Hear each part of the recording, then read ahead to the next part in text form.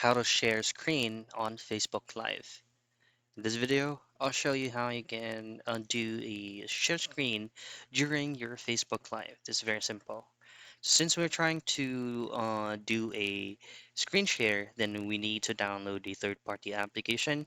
So you're just gonna go ahead and download any preferred screen share application out there that you can use.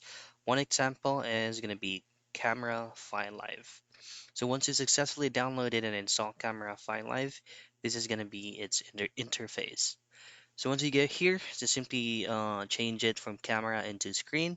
And then since we're trying to share our screen onto Facebook Live, then of course, make sure that you tap on Facebook.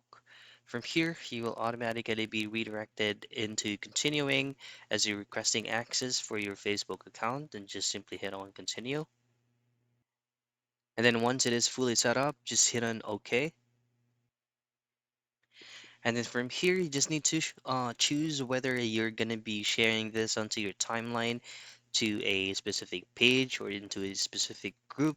Choose on what uh, choose on what option that you would like to go if you're going to be sharing your screen share via your Facebook Live through timeline page or group, and then just follow on screen prompts for you to be able to screen share on Facebook Live.